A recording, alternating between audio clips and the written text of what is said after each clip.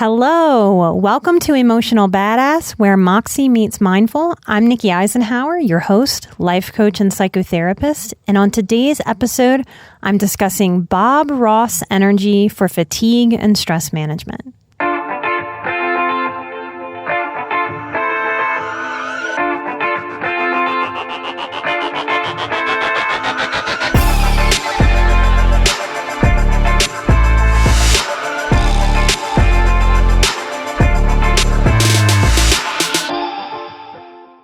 Hello.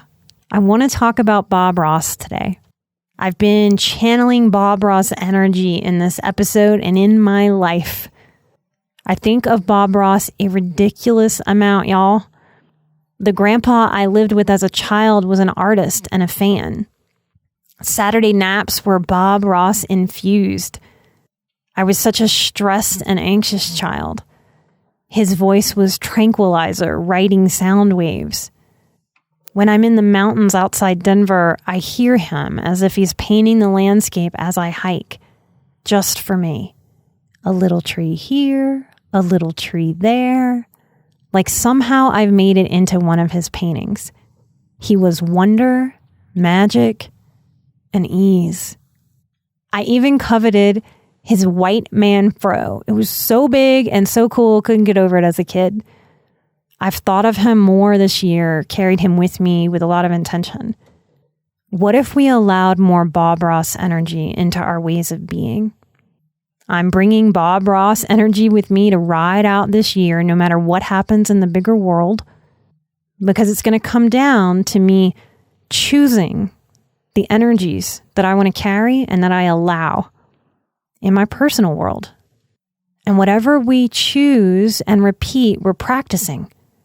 If you or anyone uses politics to practice anger, you will be angry. If you use politics or religion to practice righteousness that separates, you will likely feel alone or separate or isolated. Words are spells and thoughts are powerful. Let's see if we can dive into Bob Ross energy and melt into the mindful teachings of painter and PBS star Bob Ross. Here's a little background that I pulled from Wikipedia, because some of you younger people might not know about Bob Ross. His TV show was called The Joy of Painting, and there's this really cool feature on his website. I checked it out today before recording. You can go onto his website. It's just bobross.com, I believe. And you can enter your zip code where it says TV, and it'll show you where and when his shows are available in your area. You can still buy his classes and his books and his shows. He was born to a carpenter and a waitress in 1942 in Daytona Beach, Florida. He loved and cared for animals as a teenager. He dropped out of high school in the 9th grade, and he worked with his father as a carpenter. He lost part of his index finger while he was working on his left hand. It didn't impact his painting later. And at 18 years old, he enlisted in the Air Force. He rose to the rank of Master Sergeant, and he served in Alaska, where he first saw snow and mountains as a Florida boy. He developed his quick painting technique in between work when he would have breaks, and he started selling his art. He's quoted as saying that having held military positions that required him to be tough and mean. The guy who makes you scrub the latrine, the guy who makes you make your bed, the guy who screams at you for being late to work. He decided that he would never yell or raise his voice again if he left the military. I have Mr. Rogers and Bob Ross in my head as two of the most soothing male voices in existence. His show ran from January 11th, 1983 to May 17th, 1994. Most recently in the UK, the BBC reran all of his shows through the pandemic this year while people were on lockdown. And you can still train in the Bob Ross method.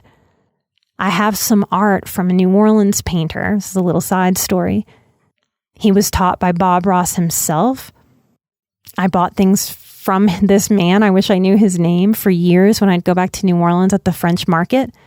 The very last time I saw him, I bought some of his Bob Ross shells. I have 3 of them. I will take a picture and add them at Patreon. And he told me about Bob Ross, how sweet he was, how much he liked being one of his original students. And he paints in the Bob Ross style on the inside of oyster shells. They're beautiful. Swamp scenes. The cool thing about that guy and his painting method is he also caught alligators. And the last time I saw him, he had an injury on his hand because one of the gators he tried to catch bit his hand. Yes, this was a very Louisiana interaction I had. But just another way that Bob Ross connected me to a really heartfelt moment. This man was so happy that I bought his art. I think about him probably more than makes any sense to. There's something special about artists. There's something special about that Bob Ross kindness that maybe, hopefully, fingers crossed, has been passed down through his trainings and through his teachers. And I'm hoping still now, honoring his memory. He died at the age of 52 of lymphoma on my 15th birthday in 1995. He kept his diagnosis a secret. He was reported to be very, very private. I'm fairly certain he was a highly sensitive person and possibly an empath. He was certainly an introvert, and with military experience, a potential trauma survivor. I'm giving him honorary inclusion in the emotional badass tribe. And I want to review some of his quotes that you can hear him say in his own special way on any of his shows. His show is The Joy of Painting. And probably his most famous saying is, "We don't make mistakes, just happy little accidents." Really take that in. We don't make mistakes, just happy little accidents. One of the ways I can really ask somebody about their childhood trauma is not by asking about their childhood trauma. If I ask the question, "Hey, what happened in your household if you knocked over a drink?" That tells me a lot about the energies that they grew up with. Way too many of us as highly sensitive people and survivors grew up with messages that we were never supposed to make mistakes, and that if we did, something was very wrong with us and bad. Imagine letting that go and living from a place of, we don't make mistakes, just happy little accidents. In art therapy, that's one of the agreements as we get started, that you're going to do a little art. And as you do it, there are no mistakes. You're going to work with whatever's there, because that's what we're tasked with in this life too. We can't just crumple up a paper, throw it away, and take a fresh one and have a clean slate. It'd be real nice if we could do that with life, but we can't. So what's available to us in art is exactly what Bob Ross is so famous for saying. We don't make mistakes, just happy little accidents. And an accidental brush stroke can turn into a tree, can turn into a mountain. Another quote, "Talent is a pursued interest. Anything that you're willing to practice, you can do." Take that in. Talent is a pursued interest. Anything that you're willing to practice, you can do. I am a living and breathing example for you to look at, dissect, ask questions of. If this is part of what your growth edge is right now, that you really can attain and grow into talents in anything that interests you just by pursuing it. This is true for me in terms of yoga. I showed up at yoga as, my joke is, the most inflexible person on the earth. And now I can put my palms on the floor in front of my feet in a forward fold. I was super convinced that it was impossible for my body to be able to do that. On this podcast, I practiced for years on the microphone too before doing this podcast. It helped me find my voice. It helped me shed my imposter syndrome. It helped me take up space for myself. I just released a Patreon episode on how important it is to take up space as a human being healing neglect. As a coach, as a therapist, I'm different now than I was in my first few years as a newbie professional. And that's as it should be. Talent is a pursued interest. Anything that you're willing to practice, you can do. What happens for your life if you live from this belief? My art, my pattern drawings that I've been doing for 9 years. I'll try to find an old one and a new one to put on Patreon to show you the difference that a pursued interest makes in our growth. We grow our talents through love and passion and practice and hours. We can do anything. I was a little girl who struggled to find my voice to explain what was going on inside of me and external to me as a little girl in a dysfunctional family. And now I'm on this microphone every week. What is it that you want to pursue? What's calling you? What happens if you give fear the finger and give yourself permission to pursue it? Right this second, you're even practicing listening. What a beautiful thing to grow. Anything that you pursue and practice, you will grow talent in. Consider allowing yourself to fully believe that and live from that place.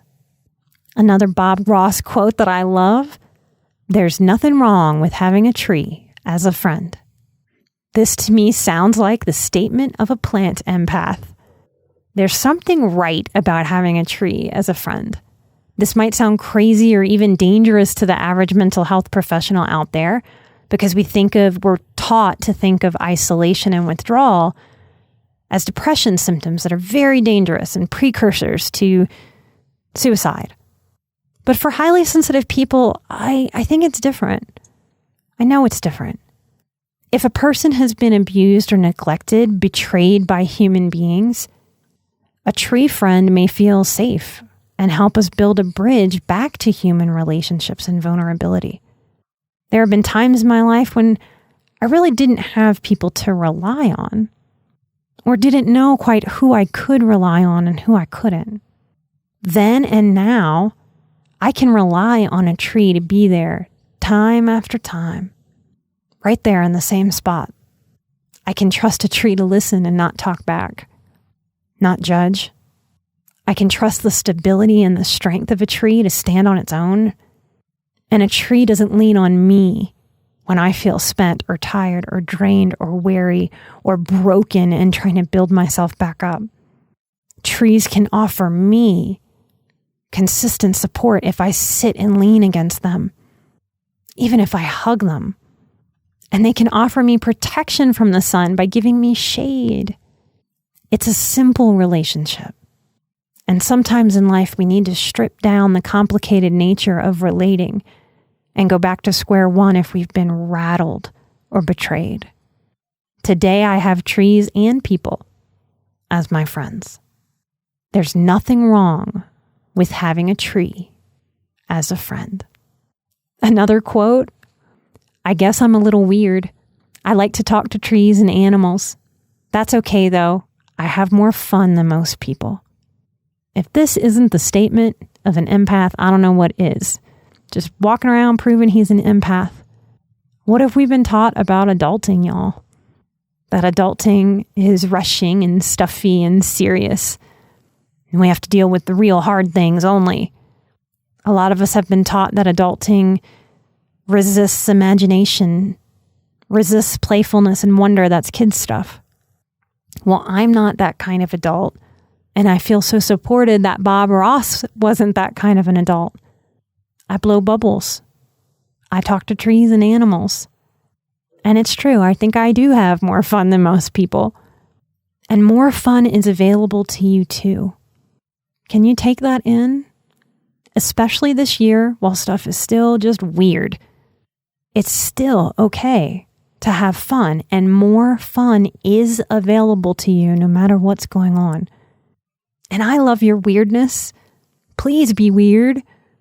And I thank you for it. The more that I share my special weirdness over this show and in my personal life, the more comfortable I get with myself. That's just human nature. It's how we work. What happens if you allow yourself to embrace and love and honor and respect the ways that you are amazingly weird? I guess I'm a little weird. I like to talk to trees and animals.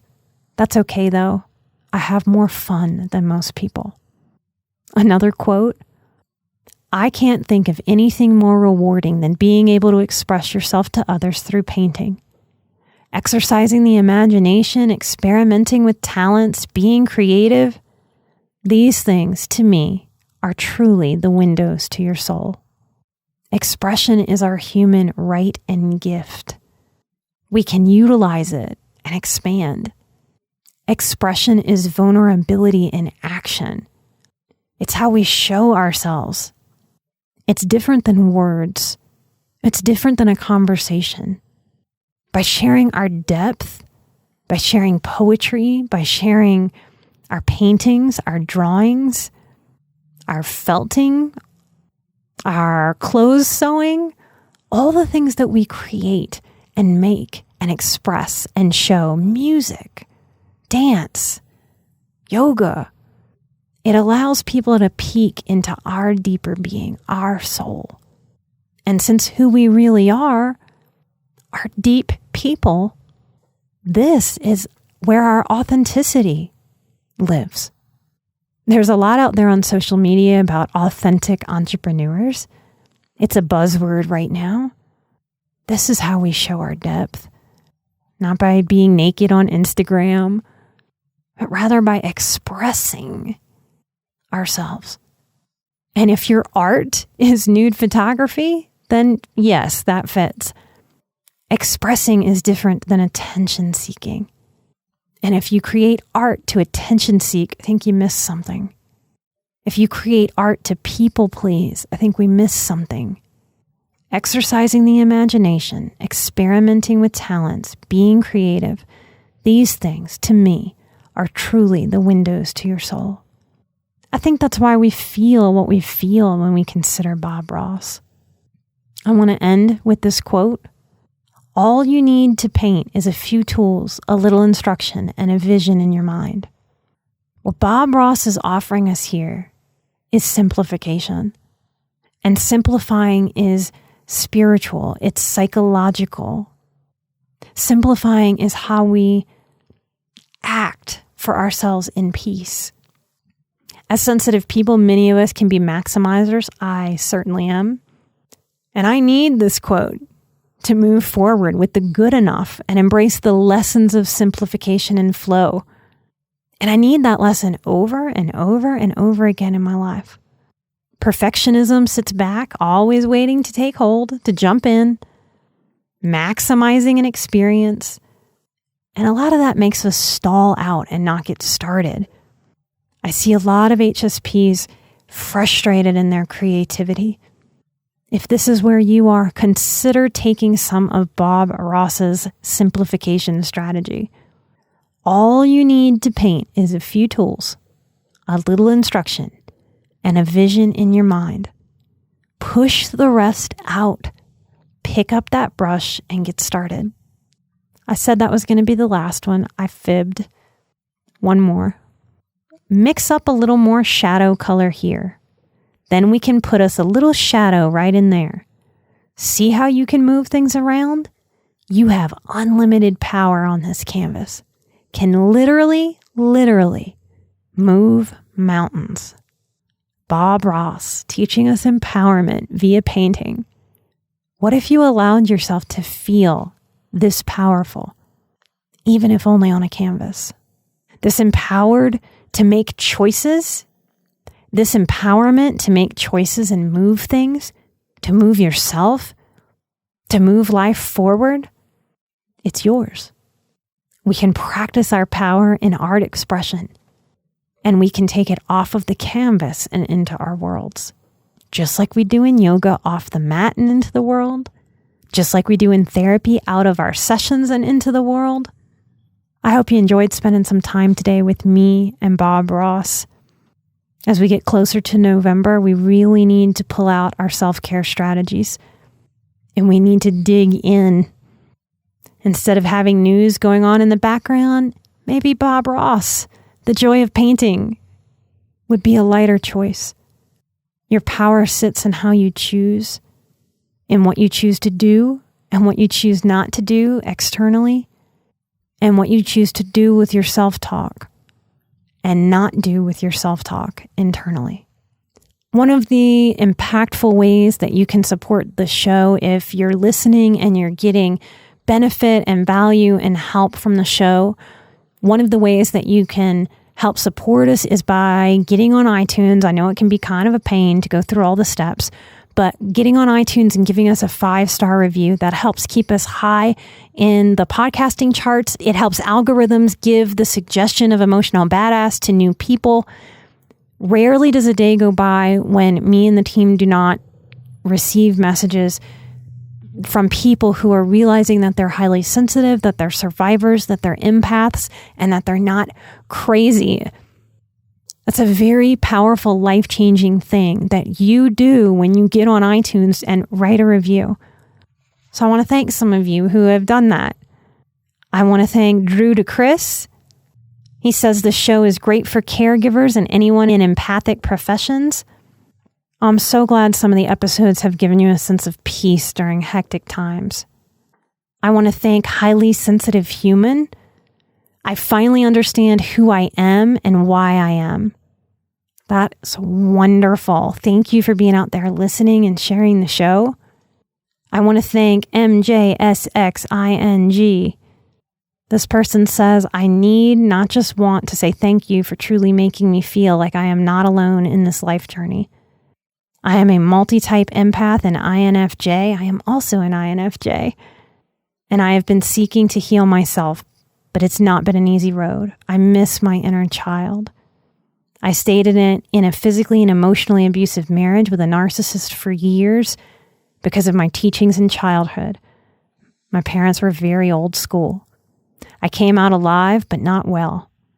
She's thanking me for putting so much meaningful content in such a short time. You are so welcome. Thank you so much for taking a moment to let me know what the show means to you and to let anyone else who finds the show know what they're getting into when they find me. No matter how you might be struggling listening to my voice right now, because of this year or because of personal things going on for you, know that all you really have to do is keep putting one foot in front of the other and keep choosing the next right thing, and to lean into growth work and expand and shed what no longer serves. You are unalone. What I just read in that last review is so many of our stories as highly sensitive people. We did the things we were taught, trying to survive, and many of us came out alive, but not well. Adulting is our chance to grow into the wellness that we always, always, always deserved. Every human being does. I want to send out light and love. I'm an emotional badass. Bob Ross is an emotional badass. You are an emotional badass. And together we are where Moxie meets mindful. Light and love. I'll see you next time. Bye-bye.